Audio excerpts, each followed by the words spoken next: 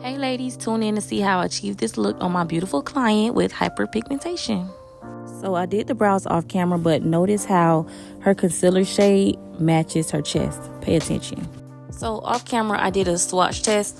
When dealing with a client whose face is darker than their chest, you want to make sure that the foundation is lighter than the face, but darker than the chest.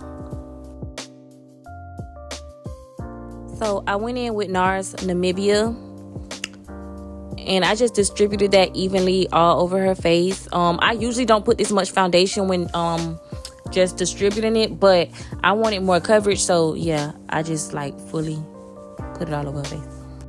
Next, I'm going to go in with my Instapop cheek brush, and I'm going to slowly and patiently tap this product into her skin. I do like to let the client know that I'm using a lighter foundation on their face, just to get them like a heads up so they won't be surprised at the end, which none of them actually really care. They be like, do my thing, but I just be wanting, be sure. So once I get to the top of the head, I do remove the tape just so I can make sure that the foundation is even on her forehead. And then I go in with a smaller brush and blend that out, but I had to take it out because my head was in the way. For her concealer shades, I went in with Milani 165 and 175. These are dark skin gems.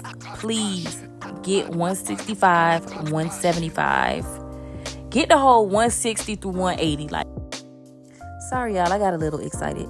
Okay, so next I'm going to go in with my Real Technique setting brush, and I'm going to start blending on the outer corner of her face.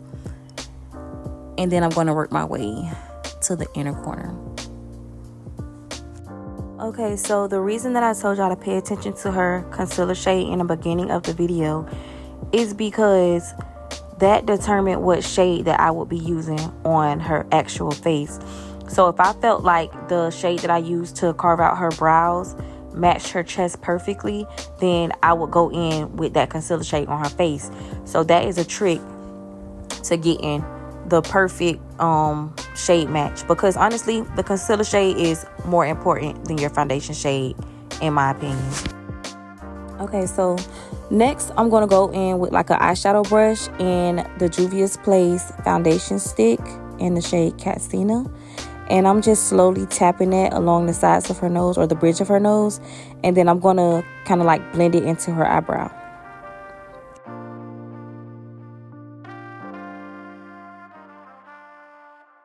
Okay, next I'm going to go in with my Real Technique setting brush just to reblend that concealer that creased under her eyes. And then I quickly go in with my Anastasia Beverly Hills setting powder in the shade Translucent.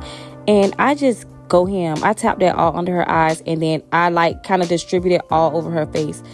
I know my clients be taking me down about this step because I be having powder all over their clothes, but I'm sorry. So I will make sure that my next video is not as chopped and screwed as this one. This just a little tester or whatever, but basically I set her whole entire face, like the cheeks as well, before I applied my powder contour. So with a fluffy angled brush, I go in with my Juvia's Place bronzer shade, and I also go in with my Fenty Beauty foundation powder, and I just basically bronze and contour her cheekbones until I feel like it's enough. So I just go back and forth. Nothing too harsh, but I want it to be seen at the same time.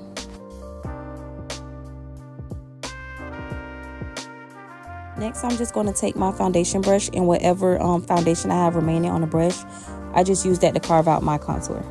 For her lips, I'm going to go in with just like a paintbrush and a brown liquid matte lipstick, and I'm just going to outline her lips. So I wanted to leave this part in because I wanted to show you how much Morphe hates me. Because why would y'all discontinue Trendsetter and Richie? Like, that is crazy. So yeah, this step was completely unnecessary. Also this one as well, because this pencil did not work for me. But I just wanted to really show y'all what I be going through, like, as a makeup artist, when the brands be deciding to discontinue stuff without my permission. Okay, so third try, I found another NYX liner. I don't know if this is an eyeliner or a lip liner. I'll list it below. But I lined her lips. I like for the lips to be very dark. Like, I like to do an ombre lip. So I'm basically lining her lips with this liner. I am overlining just a little bit.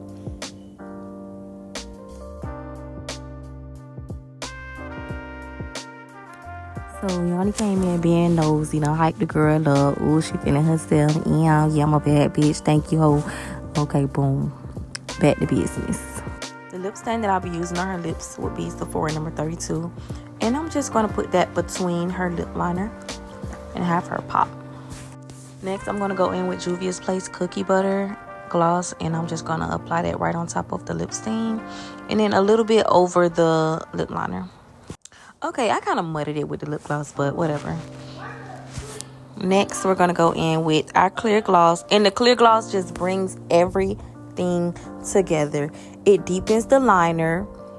And then it also, like, blends the gloss together. So, yeah. Never skip that step.